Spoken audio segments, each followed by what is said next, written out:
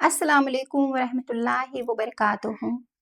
नहमदु व नुसल्ली अला रसूलिहिल करीम अम्मा बाद फ़अऊज़ु बिल्लाहि मिनश शैतानिर रजीम बिस्मिल्लाहिर रहमानिर रहीम। आइए हम लोग कुरान को तजवीद के साथ पढ़ना सीखते हैं, लेकिन सबसे पहले ये समझते हैं कि तजवीद क्या है और कुरान को तजवीद के साथ पढ़ना क्यों ज़रूरी है। ये आपके सामने तजवीद की डेफिनेशन है। तजवीद तजवीद का लफ्ज़ अरबी के जव्वद से निकला है। जव्वद का मतलब है किसी भी चीज़ को निखारना और खूबसूरत करना।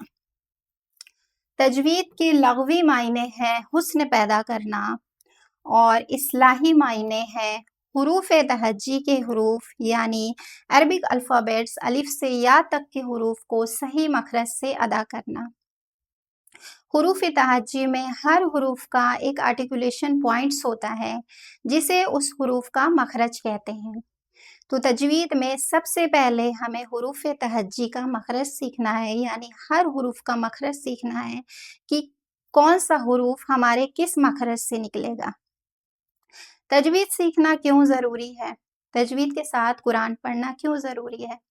तजवीद एक ऐसा हुनर है जिसको सीखने और पढ़ने के बाद हमारे अंदर ये सलाहियत आ जाती है कि हम कुरान की रेसिटेशन में यानी कुरान की तिलावत में होने वाली बड़ी से बड़ी और छोटी से छोटी गलती से बच जाते हैं।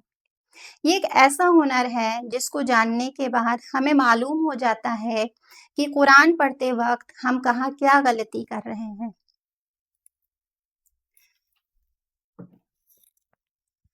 अब आइए जानते हैं कि कुरान किस तरह से दुनिया में नुज़ूल में आया, यानी आज दुनिया में कुरान आया है तो किस तरह से आया है। ये एक सनद है कुरान के दुनिया में आने की।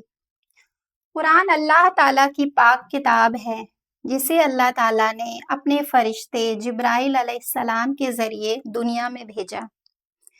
जिब्राइल अलैहिस्सलाम जो कि फरिश्तों के सरदार हैं, अल्लाह के हुक्म से वो कुरान लेकर दुनिया में आए और उन्होंने मोहम्मद सल्लल्लाहु अलैहि वसल्लम को कुरान सिखाया। यानी जैसे-जैसे कुरान की वही अल्लाह ताला जिब्राइल अलैहिस्सलाम के थ्रू नाज़िल करवाते थे, वैसे-वैसे वो वही लेकर आते थे और मोहम्मद सल्लल्लाहु अलैहि वसल्लम के कल्ब मुबारक पर आयतों के थ्रू वही नाज़िल होती थी। मोहम्मद सल्लल्लाहु अलैहि वसल्लम उम्मी थे, यानी वो पढ़े लिखे नहीं थे। तो जैसे-जैसे आयतें आती थीं, वो अपने सहाबा को, अपने कंपेनियंस को, जिन्हें सहाबा कहते हैं, उनसे कुरान लिखवाते थे और उन्हें कुरान को सीखने और याद करने का हुक्म देते थे। सहाबा वो थे जिन्होंने ईमान की हालत में मोहम्मद सल्लल्लाहु अलैहि वसल्लम को देखा था।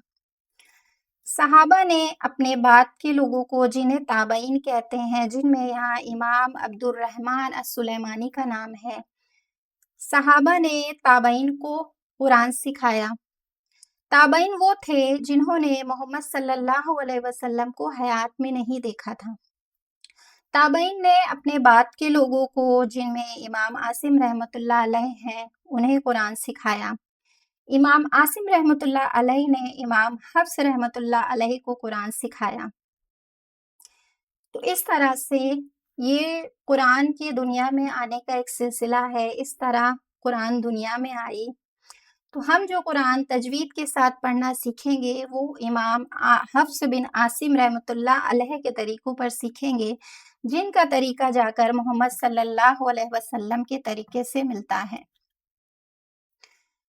कुरान अल्लाह ताला की वो पाक किताब है जिसे अल्लाह ताला ने अपने पैगंबर मोहम्मद सल्लल्लाहु अलैहि वसल्लम पर नाज़िल किया। कुरान की वही रेवोल्यूशन का सिलसिला 610 ईस्वी में गारे हिरा में शुरू हुआ, जब जिब्राइल अलैहिस्सलाम पहली वही लेकर आए इक़रा, यानी पहला पैगाम उन्होंने दिया इक़रा। इक़रा के मायने होते हैं पढ़।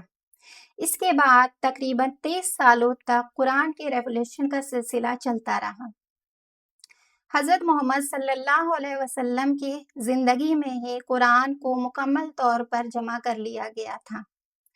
حضرت ابو بکر صدیق رضی اللہ عنہ کے دور خلافت میں قرآن کو ایک جلد میں یعنی قرآن کو ایک کتاب کی صورت میں جمع کر لیا گیا تھا۔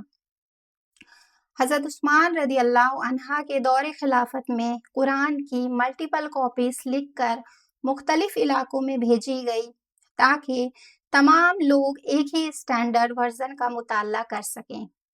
تو آج قرآن دنیا میں ہمارے اور آپ کے بیچ اپنی صحیح شکل و صورت میں بنا کسی چینجز کے موجود ہے، اور اللہ کی وہ کتاب ہے جسے اللہ تعالیٰ نے ہم بندوں کی ہدایت کے لیے دنیا میں نازل کیا ہے۔ تو ہم بندوں پر فرض ہے کہ ہم قرآن کے علم کو حاصل کریں، اس پر عمل کریں اور اسے دوسروں تک پہنچائیں۔ اور سب سے پہلی چیز ہے کہ سب سے پہلے ہمیں اپنی قرآن کو صحیح طریقے سے پڑھنا آنا چاہیے، اور وہ طریقہ، وہ ہنر ہمیں تبھی آئے گا جب ہم اپنی قرآن کو تجوید کے ساتھ پڑھنا سیکھیں گے۔ تو آج کی کلاس میں نے آپ کو یہ بتایا ہے کہ تجوید کیا ہے، اور قرآن کو تجوید کے ساتھ پڑھنا کیوں ضروری ہے، اور قرآن کس طرح سے دنیا میں نزول میں آیا ہے۔ انشاءاللہ نیکسٹ کلاس میں آپ کو تجوید کے چیپٹر کے بارے میں بتاؤں گی، تجوید کے الف سے یا تک کے مخرج انشاءاللہ میں بتاؤں گی نیکسٹ کلاس میں۔